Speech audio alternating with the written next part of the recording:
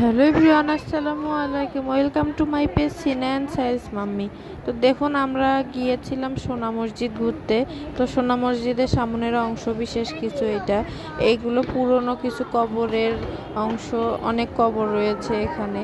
এর মধ্যে দেখুন সোনা মসজিদের ভিতরের অংশ, ভিতরের কাঠামোগুলো এত সুন্দর পরিপাটি করে তৈরি করা, অনেক সুন্দর। ভিতরের যে গম্বুজগুলো আছে, বাহির থেকে যেগুলো দেখা যায় আর কি, সেই গম্বুজগুলো ভিতরের ডিজাইন। আসলে আমি ভিতরে ঢুকেছিলাম, ভিতরে মহিলাদের নামাজেরও জায়গা করে দেয়া আছে, তো সেখানে আমরা ঢুকেছিলাম এবং আমি একটু ভিডিও করে নিয়েছি। দেখুন ভিতরের গম্বুজগুলো অনেক সুন্দর ডিজাইন, অনেক লোকজন আছে। যদিও সেদিন আমরা যেদিন গিয়েছিলাম চারপাশে মেলা হচ্ছিল, অনেক অনেক অনেক লোকজন ছিল, ভিড় ছিল এবং প্রচণ্ড গরম ছিল।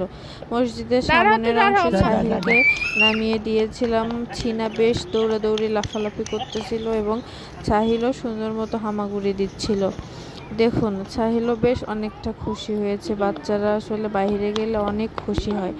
তারপরে দেখুন ওর বাবা, আমি তো ক্যামেরা ধরে আছি, যে পিচ্ছি এরা আমাদের সঙ্গে গিয়েছিল, একটা ভাবি। তো কেমন লাগলো সোনা মসজিদ আপনাদেরকে? যদিও নিজের চোখে দেখা এক কথা, কিন্তু ভালো, ঘোরার জন্য ভালো, কিন্তু আমার মনে হয় শীতকালে গেলে একটু বেশি ভালো হয়, কারণ প্রচণ্ড রোদ থাকে। ধন্যবাদ সবাইকে। ভিডিওটি ভালো লাগলে লাইক, ফলো, শেয়ার দিয়ে পাশে থাকবেন।